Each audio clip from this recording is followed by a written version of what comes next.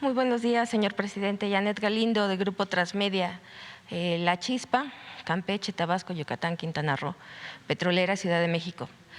Señor presidente, ayer tuvo usted un encuentro en su gira, tuvo usted un encuentro con empresarios, tanto de estadounidenses como mexicanos. ¿Cuáles fueron las inquietudes que ellos le externaron?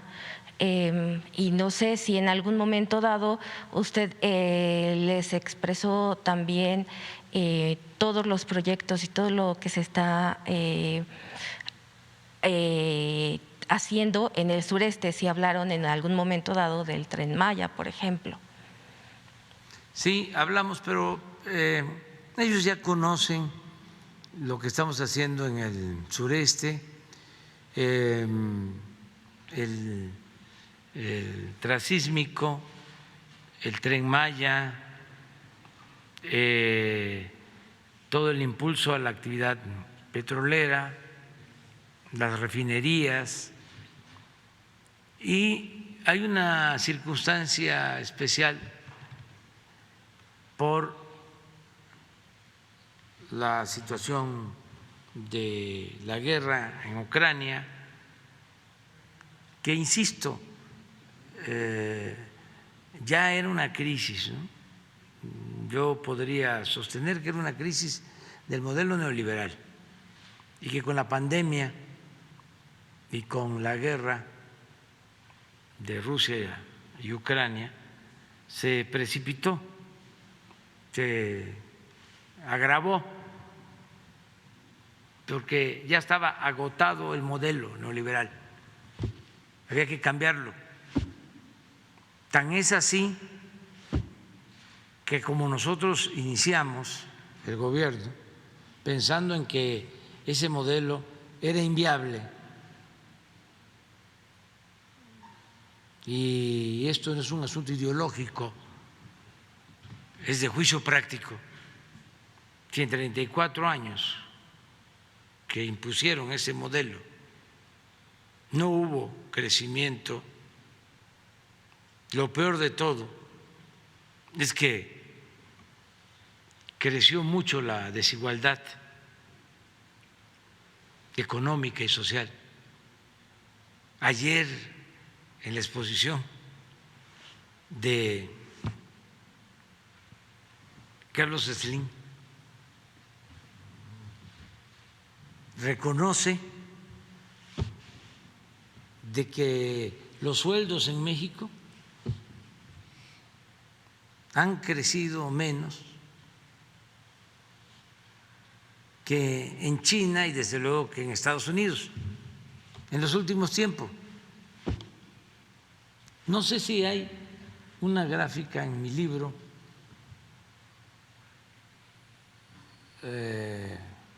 La mitad del camino sobre empleo, no sé si es la mitad del camino sobre salarios. No, yo creo que es en el otro, en la economía moral.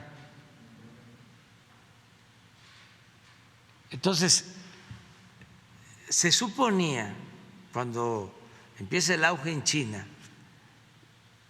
que una de sus ventajas comparativas era el pago de bajos salarios, o que eran muy bajos los salarios. Y en efecto, era mejor el salario en México que en China. Pero eso ya no es así. Durante todo el periodo neoliberal, esto es lo que sucedió.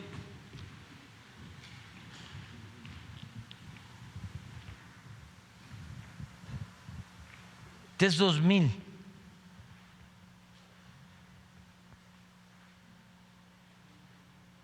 este es el salario en China y este es México. Y miren el comportamiento. Ya en 2009 es igual.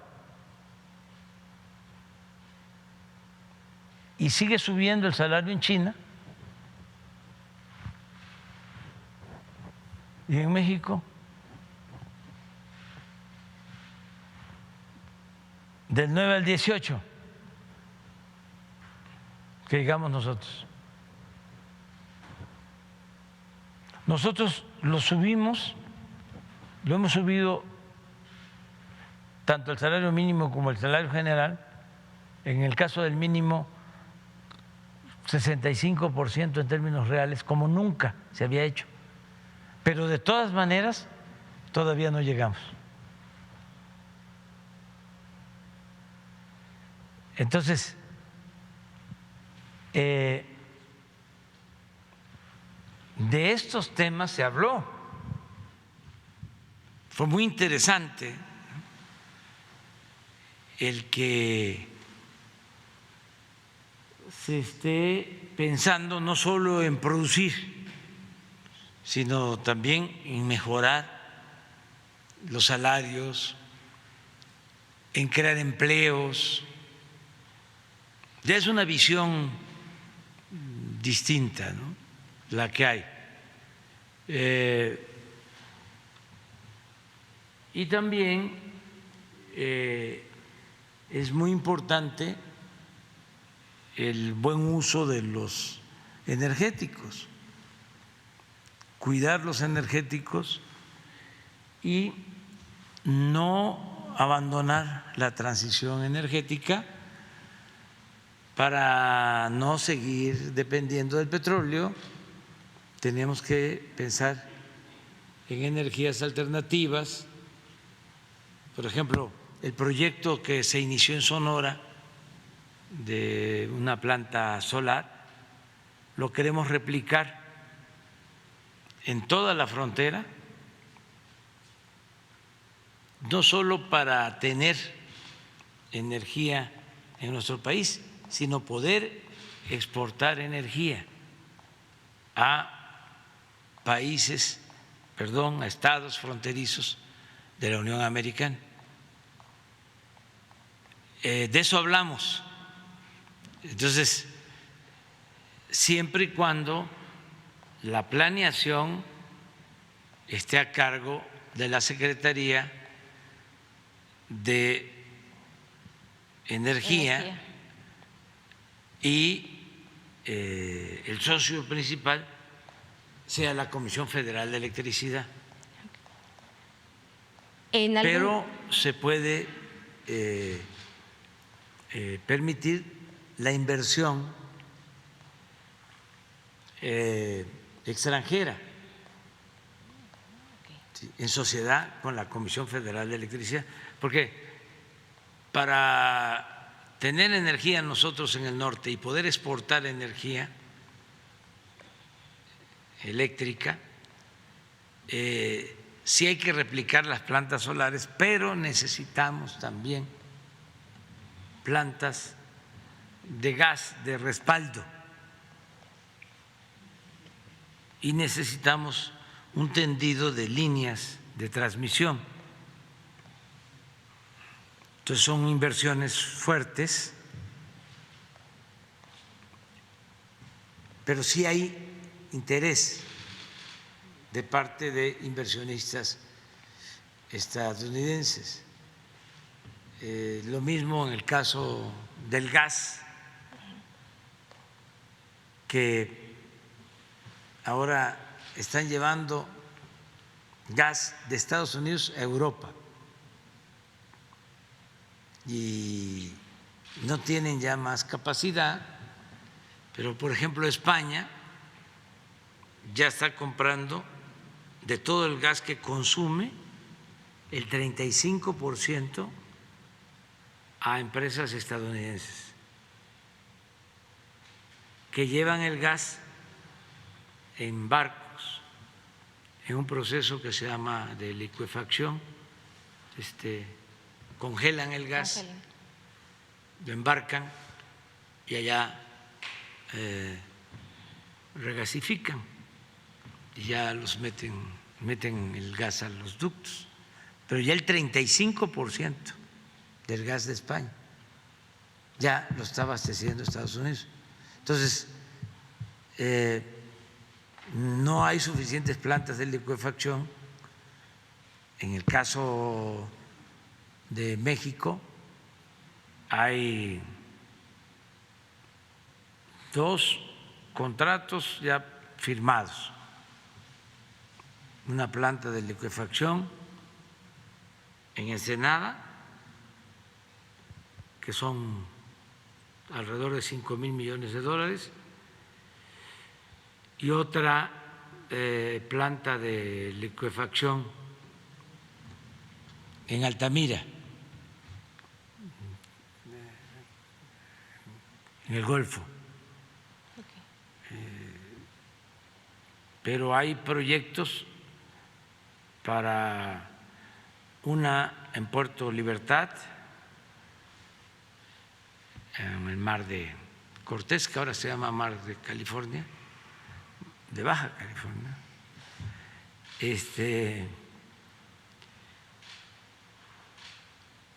Otra en Salina Cruz, si se resuelve lo del derecho del vía para un gasoducto, y otra en Coatzacoalcos. Entonces, todo eso es inversión. También comentarles que para fortalecer nuestra autosuficiencia energética ya se autorizó la construcción de una nueva coquizadora en Salina Cruz. Ya no vamos a producir combustóleo, vamos a producir gasolinas, todo va a ser gasolinas. Y esto significa más rentabilidad y menos contaminación. Entonces ya son 2 plantas coquizadoras, una en Tula y otra en Salina Cruz. Son inversiones también, para que tengan la información, de $6,000 millones en las 2, y es presupuesto público, no son créditos, y son plantas de Pemex, o sea, de la Nación, las 2. Este fin de semana, mañana, voy a hacer una gira de trabajo para ver plantas, pero de fertilizantes. Voy a una reserva de piedra fosfórica en Baja California Sur, voy a una planta también de fertilizantes que se adquirió, que está muy abandonada y que la vamos a rehabilitar porque necesitamos los fertilizantes, en Lázaro Cárdenas, Michoacán. Ya se logró mediante una consulta que los campesinos indígenas de Sinaloa permitieran la construcción de una planta de fertilizantes en Topolobampo. Es una empresa alemana, porque nos hacen falta los fertilizantes. Y ya tenemos el plan también, y vamos a ir a agronitrogenados. Se va a ampliar, se va a tener otra planta para producir urea, y otra planta más en Cozoleacaque para amoníaco, que es la materia prima de la urea. Lo que queremos es dejar produciendo plantas que nos permitan abastecer el 60% del mercado de fertilizantes y que ese 60% se entregue a los productores y a los productores más pobres de manera gratuita. Lo que hacemos en Guerrero, que ya estamos terminando de entregar este año, fertilizante, abono a todos los productores. Y da muchísimo gusto ver cómo del autoconsumo, que a veces nada por la sequía, por la falta de lluvia. Ahora que fui a la montaña me dio mucho gusto porque están muy buenas las milpas, porque está lloviendo y llegó a tiempo el fertilizante. Nos falta como un 10% de distribuir, pero ese programa se va a ampliar a Chiapas, a Oaxaca, a Zacatecas, a Nayarit, a Durango, a Puebla, Morelos, el Estado de México.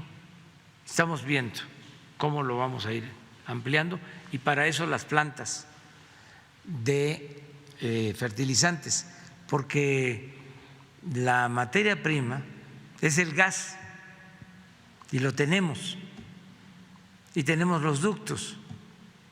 Entonces, del gas se saca el amoníaco y el amoníaco es el que sirve para la urea, que es el fertilizante.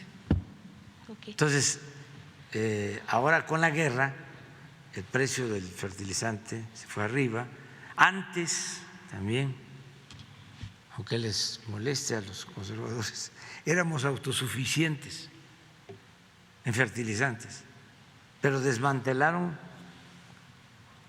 todo, privatizaron todo y ahora pues estamos recuperando lo que se puede para tener nuestro fertilizante y ser autosuficientes en lo alimentario, porque la lección mayor, la enseñanza mayor es ser autosuficientes en alimentos y ser autosuficientes en energéticos.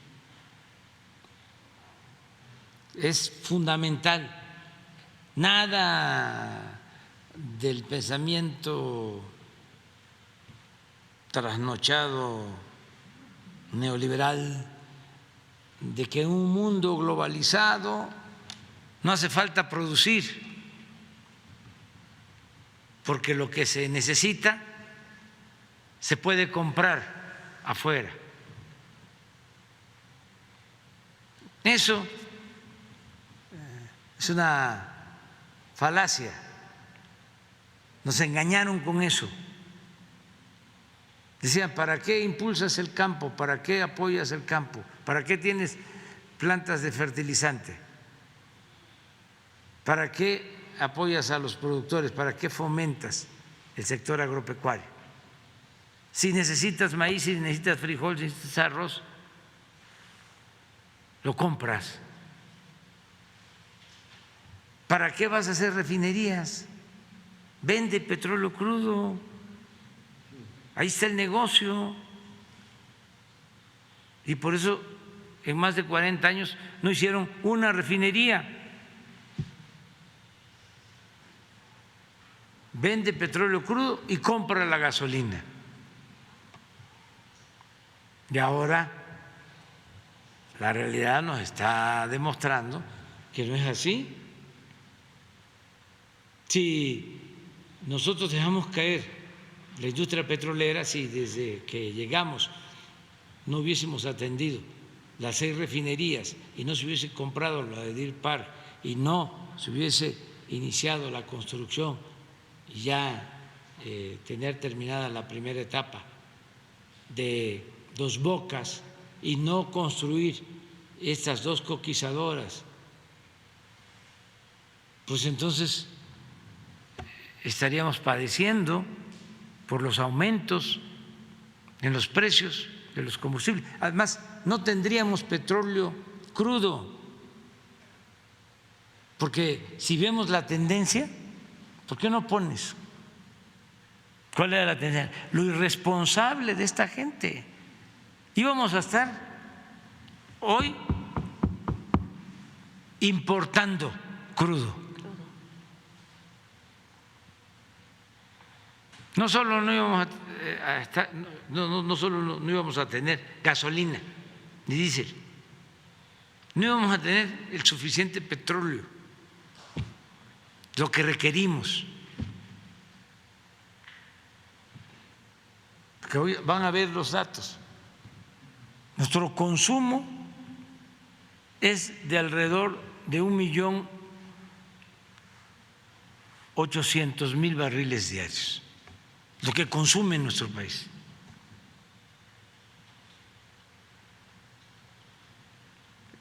Eso es lo que nosotros pensamos.